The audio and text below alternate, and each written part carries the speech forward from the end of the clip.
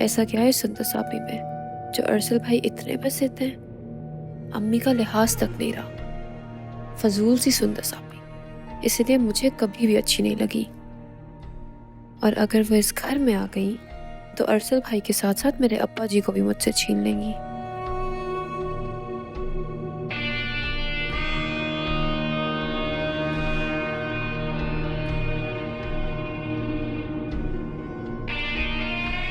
मैं लफ्जों के तीर नहीं चला रहा, अपने शरई हक का इस्तेमाल कर, लेकिन साफ साफ बता रहा हूं कि मैं शादी करूंगा तो सिर्फ सुंदस से।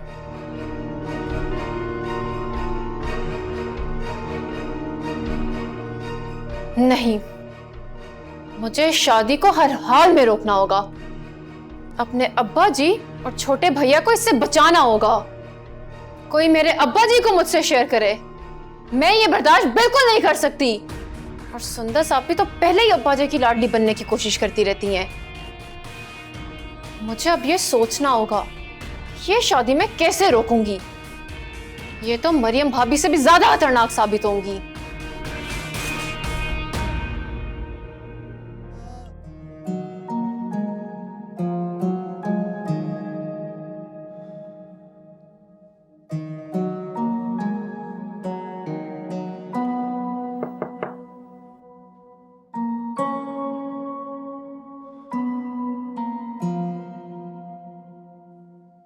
असल भाई क्या करते हैं आप?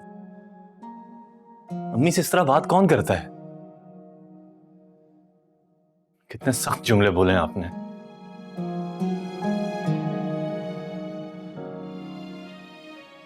चले ना आप चलकर उनको मनाएं। प्यार मोहब्बत से भी तो कोई हल निकल सकता है। अम्मी है वो हमारी, रो रही हैं। यार राहिम प्लीज जाए यार, अभी यहाँ से मुझे अकेला छोड़ दे, जाए यहाँ से। मैं कहीं नहीं जाऊंगा, आपको मेरे साथ चलकर अम्मी को चुप करवाना पड़ेगा।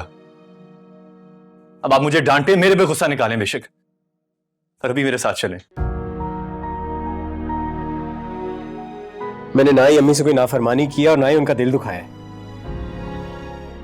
अगर मैं अपनी जिंदगी का सबसे अहम फैसला अपनी मर्जी से करना चाहता हूं तो इसमें क्या बुराई है? कोई ठोस वजह दे नहीं रही, बस इनकार किए जा रही है, इनकार किए जा रही हैं। तो मैं कब उनको सपोर्ट कर रहा हूं? मैं तो मान रहा हूं कि वो गलत हैं। मैं सिर्फ इतना कह रहा हूं कि हमारी वजह से उनकी आंखों में आंसू आ रहे हैं, उनकी औलाद की वजह से।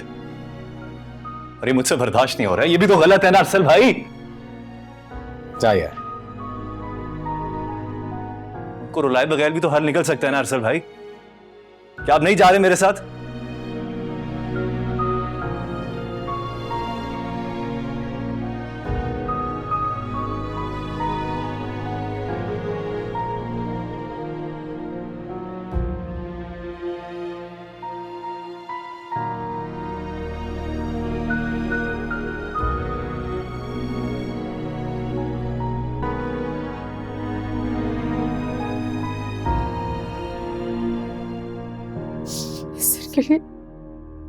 इस दिन के लिए पाला पोसा था मैंने इन लड़कों को, बड़ा किया था कि मेरे जवान जहान लड़कों को ये पराई लड़कियां ले लेके उड़ जाए।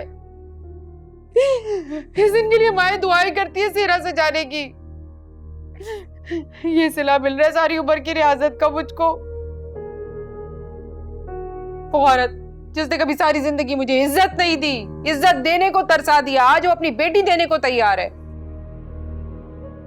लेकिन मैं भी बता रही हूँ आपको एहसान, चाहे कुछ हो जाए, या तो इस घर में वो लड़की रहेगी या मैं रहूंगी, मैं उसे बहू की सूरत में बर्दाश्त नहीं करूंगी।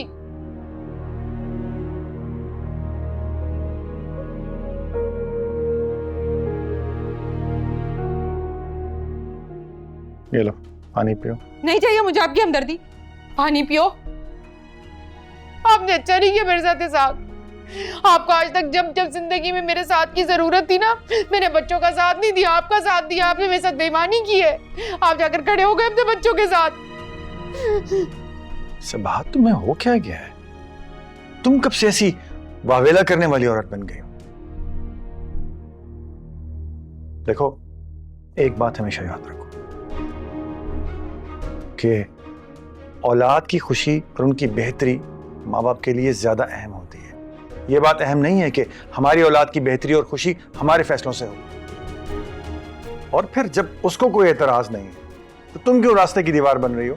मेरे लिए सबसे अहम बात यह है कि मैं उस लड़की को बर्दाश्त नहीं करूंगी। बस क्यों बर्दाश्त करूं मैं? पहले सारी जिंदगी में आपकी माँ की बातें सुनती रही, उन्हें बर्दाश्त करती रही, मैं आपकी बहनों की बातें सुनती रही, आपके भाई और भावा जाके उनकी बातें सुनी मैंने, अब उनकी औलाद की भी सुनूं? मैं नहीं सुनूंगी उम्र के इस हिस्से में उनकी बातें, मैं नहीं उठाऊंगी किसी के नखरे। देखो सबात, एक बात हमेशा याद रखना, बेटा अगर घर छोड़कर चला गया तो ऐसी बैठी रहोगी अपनी जिद और अपने फैसले को सीने से लगाए? हाँ, ऐसे ही बेटा घर छोड़ के चला जाएगा, जिसे मैं जाने दूंगी बेटा घर छोड़ के चला जाएगा तो।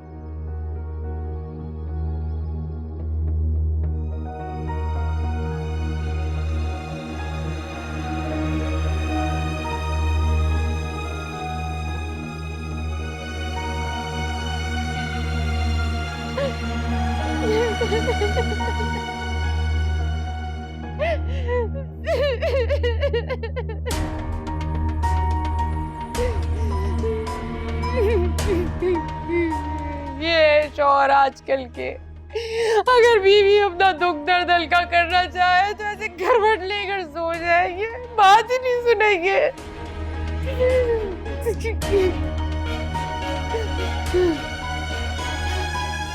अच्छा नहीं कर रहे आप मेरे साथ।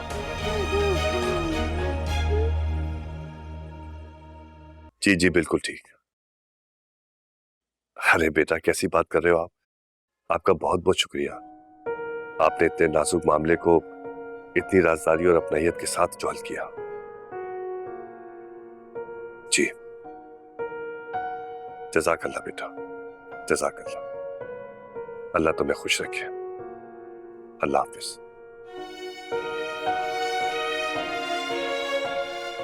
अरसल के दोस्त का फोन था, सोनी और तबरेज को एयरपोर्ट तक पहुंचाकर वापस आया। बल्कि एयरपोर्ट तक तो क्या, वो कह रहा है जब तक प्लेन ने टेक ऑफ नहीं किया वहीं पे था। अरसल की तरह अरसल का दोस्त भी बहुत जिम्मेदार है। हाँ यार सही कह रही हो।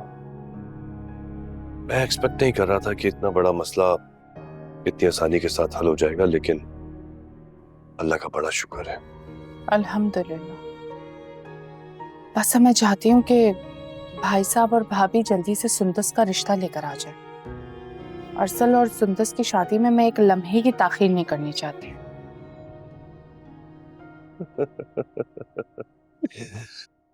तुम खवातीन का सबसे बड़ा मसला जुबान के बाद बेसब्री का है।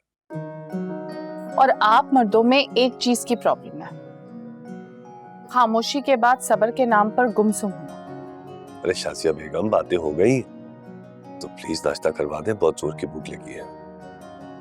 मैं सोच रही थी कि आज नाश्ते के लिए कहीं बाहर चलें।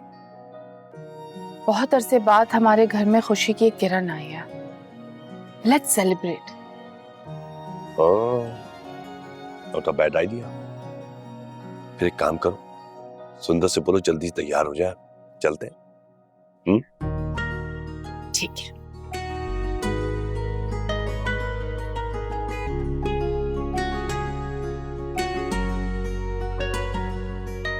शुक्र है मेरे मालिक, इतने अरसे के बाद मेरे घर में सुकून और खुशियां लौट आई हैं। शुक्र अल्लाह का।